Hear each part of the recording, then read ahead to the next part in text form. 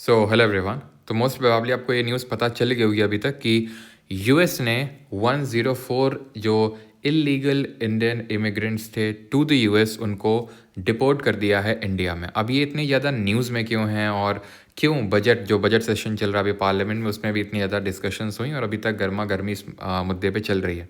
क्योंकि ये एक्चुअल में दो कारण हैं। एक तो जो जिस तरीके से यूएस एडमिनिस्ट्रेशन ने डिपोर्ट किया हैंडकफिंग करके, और दूसरा पहली बार किसी मिलिट्री एयरक्राफ्ट का यूज़ किया गया है यहाँ पे C-17 ग्लोब मास्टर का यूज़ करके अमृतसर में लैंड करवाया गया इन 104 इंडियन नेशनल्स को। अब यहाँ पर हम इस वीडियो में डिस्कस करेंगे कि किस तरह से एंटर किए and what is this dunki route, वो सारी चीज़ें यहाँ पर हम डिस्कस करेंगे। तो यूएस मेक्सिको बॉर्डर से एक्चुअल में जितने हैं इनमें से ज़्यादातर एंटर नहीं कर पाए थे यूएस में, और ये यूएस मेक्सिको बॉर्डर में इधर लिए गए और इनको वापस यहाँ पर भेजा गया। ठीक है, इसमें टोटल 30 पंजाब से थे, रफली 33 गुजरात से, और बाकी स्टेट जैसे यूपी, हिमाचल प्रदेश, यहाँ से भी ये लोग थे। ठीक है, this marks the first batch of deportations of Indian immigrants under the Donald Trump administration. Donald Trump अभी रिसेंट में ही प्रेसिडेंट बने हैं और उन्होंने ये बोला भी था कि जितने भी इलीगल माइग्रेंट्स हैं टू द यूएस उनको वो बाहर भेजने वाले हैं। और जिस तरह से शो केस करके भेजा गया, एक सिग्नल सेंड किया है ट्रंप ने कि जो भी इलीगल इमिग्रेंट्स हैं यूएसए में उनके साथ वो क्या हाल करने वाले हैं। ठीक है, अब जैसे मैंने बताया फर्स्ट टाइम किसी मिलिट्री एयरक्राफ्ट का यहाँ पे यूज़ हुआ, इस वजह से भी ये काफ़ी न्यूज़ में। डिपोर्टेशन आप जानते हैं कि अगर कोई इलीगल इमिग्रेंट होता है किसी कंट्री में तो उसको वापस भेजना, उसको हम डिपोर्टेशन बोलते हैं। Alright, and typically when immigrants are detained for violating the US immigration laws, they are taken into detention center में ले जाया जाता है। They may be held until their case is reviewed in court and a judge determines। so ये सारी चीज़ें होती हैं, लेकिन कई बार जैसे इस केस में ये सारे प्रोसेसेस फॉलो नहीं किए जाते हैं और ये ट्रंप जाने भी इसीलिए जाते हैं थोड़ी सी अपनी सख्त नीतियों के लिए। India tops in the list of immigrants trying to enter through Latin America. जो टॉप 5 कंट्रीज़ है ना, ठीक है, टॉप 5 कंट्रीज़, उनमें से लैटिन अमेरिकन कंट्री को छोड़ के India is the only country. India is the only country in the top 5 outside Latin American. Latin American मतलब ये जो हमारी सेंट्रल अमेरिकन कंट्रीज़ हैं जैसे कोलंबिया, वेनेजुएला, ये सब आपकी लैटिन अमेरिकन कंट्रीज़ में मोस्टली आती हैं। और मोस्टली जो साउथ अमेरिका के ऊपर वाला पार्ट है जहाँ पे आपका पनामा, हॉन्डुरस, ग्वातेमाला, ये सारी कंट्रीज़ आती हैं आपकी लैटिन अमेरिका में।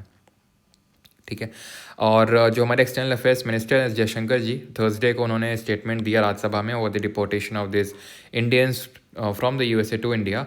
और उन्होंने बताया कि किस तरह से 2009 से अगर अभी तक हम डेटा कैलकुलेट करें तो 15,000 Indian nationals have been deported from USA. 15,000 लोग जो हैं इंडियन नेशनल्स 2009 से अगर हम देखें तो अभी उनको डिपोर्ट किया गया इंडिया में। India in the US has grown by 70%। USA में इंडियंस की जो संख्या है वो 70% से ग्रो करी है, the fastest growth of all nationalities. ना how immigrant enters US illegally, वो ज़रा ध्यान से समझिएगा। वहीं से आपको ये डंकी ट्रेल, जिस पे शाहरुख खान की 2023 में मूवी आई थी डंकी, है ना, DUNKI, इसको इस तरह से भी लिखते हैं डंकी या फिर डंकी ट्रेल। एक्चुअल में मोस्टली जो भी कंट्रीज़ हैं, चाहे आप इंडिया ले लो, पाकिस्तान ले लो, ठीक है, या फिर श्रीलंका ले लो, कोई भी इस तरह की जैसे कंट्रीज से अगर किसी को इलीगली एंटर करना है यूएसए में तो वो सबसे पहले ये डंकी ट्रेल या फिर डंकी रूट को फॉलो करता है। कैसे? सबसे पहले तो वो लैंड करेगा ग्वातेमाला, एल सैल्वाडोर या फिर हॉन्डुरस जैसी कंट्रीज़ में, या फिर साउथ अमेरिका की किसी कंट्री में जैसे फॉर एग्जांपल कोलंबिया वगैरह में। देन वहाँ से वो वेनेजुएला में जाएगा। अभी यहाँ पर आप पूरा अगर आप रूट देखेंगे तो यहाँ से आपको समझ में आएगा। ये इक्वाडोर है, कोलंबिया है, वेनेजुएला है, गुयाना है। तो यहाँ पर है क्या कि वीज़ा ऑन अराइवल की फैसिलिटी मिलती है और बड़ी आसानी से आपको यहाँ पे वीज़ा मिल जाता है। तो अपनी होम कंट्री से यहाँ पे लैंड करते हैं। उसके बाद ये जो आप देख पा रहे हैं दिस पनामा कंट्री, यहाँ पर पनामा कनाल है जिसको कि आपको पता है ट्रम्प ने बोला इसको हम अपने अंडर में लेंगे। और यहीं पे आपका ये जो गल्फ़ ऑफ मेक्सिको, इसको गल्फ़ ऑफ अमेरिका ट्रम्प ने जो है रीनेम करने की अनाउंसमेंट करी। खैर उसको लीव करिए। तो ये जो आप यहाँ पे देख पा रहे हैं it is called as this Darien Gap. अब ये जो डेरियन गैप है ना, पहले तो ये इस कंट्री में आ गया, जैसे गुयाना में आ गया, फॉर एग्जाम्पल इक्वाडोर में आ गया, उसके थ्रू कोलंबिया, ठीक है, कोलंबिया के थ्रू ये डेरियन गैप। अब ये जो डेरियन गैप है ये एक्चुअल में पनामा कनाल का ये वाला जो पार्ट है इसको बोलते हैं which is full of this lush green mountains, swamps, दलदल हैं, ठीक है, रिवर्स हैं, वाइल्ड एनिमल्स हैं। तो बड़ा डेडली माना जाता है डेरियन गैप। यानी आपको ये डेरियन गैप क्रॉस करना होता है, यहाँ पर कोई रोड नहीं है, ठीक है। And the jungle has long attracted hardcore adventurist. It is known as the gap of the Panama's Darien isthmus. Isthmus क्या होता है? अ पार्ट ऑफ लैंड होता है जो दो बड़े लैंड मासेस को यहाँ पे कनेक्ट करता है और दो वाटर बॉडीज़ को काइंड ऑफ अलग करता है, because it is the only missing section running about 60 miles तक on the pan American highway that stretches from Alaska से अर्जेंटीना तक ये जाता है। तो आप यहाँ पे रूट पे देख पा रहे होंगे, ठीक है ना। ये पूरा जो रूट है ना, जहाँ पर अभी अभी हम पूरा रूट कंप्लीट किए नहीं है, पूरा स्टेप बाय स्टेप अगर आप देखेंगे तो स्टेप 1 तो ये है कि आप पहले people from India enter in this Latin American countries like Guatemala, El Salvador और हंडुरस। उसके बाद ये डेरियन गैप का रूट लेते हुए, ठीक है, यहाँ पर आप देख पा रहे हैं ये है डेरियन गैप, कोलंबिया के बाद डेरियन गैप, उसके बाद, ठीक है। और ये इतना मतलब कैटास्ट्रॉफिक होता है, ये इतना जैसे मैंने बताया पूरा डेंस जंगल है यहाँ पे।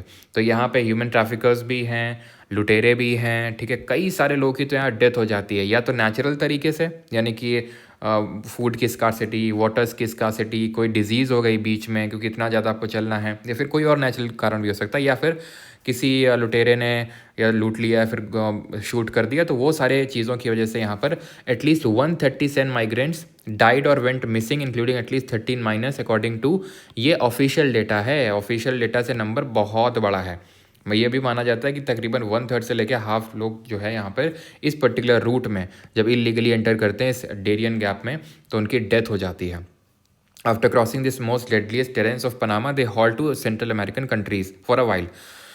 इसको क्रॉस करने के बाद ये हॉन्डुरस, एल सैल्वाडोर यहाँ पहुँचते हैं। उसके बाद इनकी एंट्री होती है कहाँ पे? मैक्सिको में। एंड देन मैक्सिको के बाद ये आपको दिख रहा है बॉर्डर, यहीं पे इमिग्रेंट्स धरे गए और मोस्टली यहीं पे ही जब पिछले ट्रंप एडमिनिस्ट्रेशन, जब ट्रंप अपने पिछले एडमिनिस्ट्रेशन में प्रेसिडेंट थे तो उन्होंने बोला था कि यहाँ पर हम एक वॉल बनाएंगे। अभी तक तो पूरी तरह से सच वॉल बनी नहीं है, पूरी जो कंप्लीट होगी पूरी कवर्ड हो गए हैं बॉर्डर्स यूएसए और मेक्सिको के, लेकिन मेनली इसीलिए उन्होंने इस वॉल को कवर करने के लिए बोला था, यहाँ पर वॉल बनाने के लिए बोला था, इस बॉर्डर को कवर करने के लिए बोला था, बिकॉज बहुत सारे इलीगल माइग्रेंट्स के लिए ये एक सेफ रूट है। एक्चुअल में होता क्या है, यहाँ पे डंकी ट्रेल की अगर बात करें तो बड़ा धंधा चलता है यहाँ पे। धंधा इस तरह का है कि people are charge over $500 million approximately 45 lakhs to over 1 crore। इतना चार्ज किया जाता है आपको इलीगली एंटर करवाने के लिए, ये बोलिए कि भाई आपको लीगली एंट्री दे दी जाएगी, ठीक है। Punjab is the biggest place of origin of this donkey trail. Other top states are Haryana, UP and Himachal. Jaspal ji की एक कहानी है जिन्होंने 30 लाख रुपए दिए, ठीक है, एक एजेंट को, सो दैट कि वो लीगल एंट्री करवा देंगे उसमें। पहले तो उनको 6 महीने ब्राज़ील में रखा गया, ठीक है। देन उसके बाद जैसे तैसे वो जब यूएस में पहुंच रहे थे तो पेट्रोल जो पुलिस वगैरह होती उन्होंने धर लिया और 11 दिन तक इनको डिटेंशन में रखा गया। हरविंदर सिंह ये हैं होशियारपुर पंजाब से। 15 घंटे की बोट राइड ली, 40 से 45 किलोमीटर पैदल चले और जैसे तैसे बस सरवाइव कर पाए। ये हालत होती है, आप देख पा रहे हैं जैसे मैंने बताया कि कोई लैंड रूट नहीं है कि भाई रोड बनी हुई है, रोड और कुछ नहीं बनी हुई। आप देख सकते हैं फॉरेस्ट और बीच में आपको रिवर्स मिलेंगे, जैसे तैसे बस आपको सरवाइव करके इसको क्रॉस करना है, ठीक है।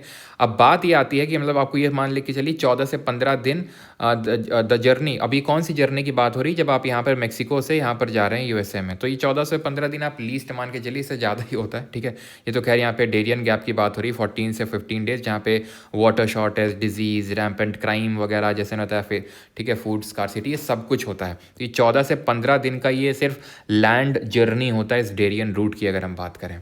फिर आप फाइनल एंटर करेंगे बाउंड्री में और बाउंड्री में आप धर लिए जाएंगे और अगर आपकी अच्छी किस्मत हुई तो आप बच जाएंगे, ठीक है। अब बात ये आती है कि इतना रिस्क ले कह रहे हैं भाई लोग, क्या है ऐसा वहाँ पे यूएस में? तो देखो पहला तो एक यही है कि डेस्परेशन होती है, ठीक है। अब उनके होम कंट्री में वायलेंस, पॉवर्टी, पॉलिटिकल इंस्टेबिलिटी, तो ये एक क्या है, पुश फैक्टर्स हैं, है ना। माइग्रेशन के 2 फैक्टर्स होते हैं, पुश फैक्टर, पुल फैक्टर। तो यूएस का एक पुल फैक्टर है कि वहाँ पे जॉब अपॉर्चुनिटी है, यूएस में जाएंगे तो तमगा लगेगा कि भाई हम अमेरिका में रहते हैं, यूएस में रहते हैं, तो एक पुल फैक्टर है यूएसए जो कर रहा है। और पुश फैक्टर जो होम कंट्री है कि भाई वहाँ पे एम्प्लॉयमेंट नहीं मिल रही, गरीबी है, इंस्टेबिलिटी है, तो वो पुश फैक्टर हो जाता है। लैक ऑफ लीगल पाथवेज, अब अगर लीगल तरीके से अगर कोई घुसना चाहे तो बड़ा जटिल होता है, वो एक्सपेंसिव भी होता है। अब देख लो कि 30 से 45 लाख की, मतलब अभी देखा हमने एक हरविंदर जी की स्टोरी कि 30 लाख उन्होंने एजेंट को दिए। अब सोचिए कि इससे भी ज़्यादा एक्सपेंसिव होता होगा, कॉम्प्लेक्स होता होगा, तब तो वो 30 लाख दे रहे हैं।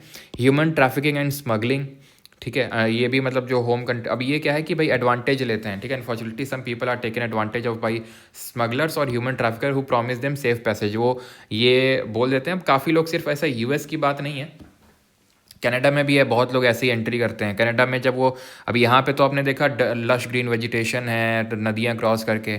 कनाडा जब आप बॉर्डर जाते हैं, कनाडा में जब अप्रोच करते हैं, तो वहाँ पे हार्श विंटर्स आपको फेस करनी पड़ती है, जिन विंटर्स को फेस करते करते डेथ हो जाती है काफ़ी लोगों की।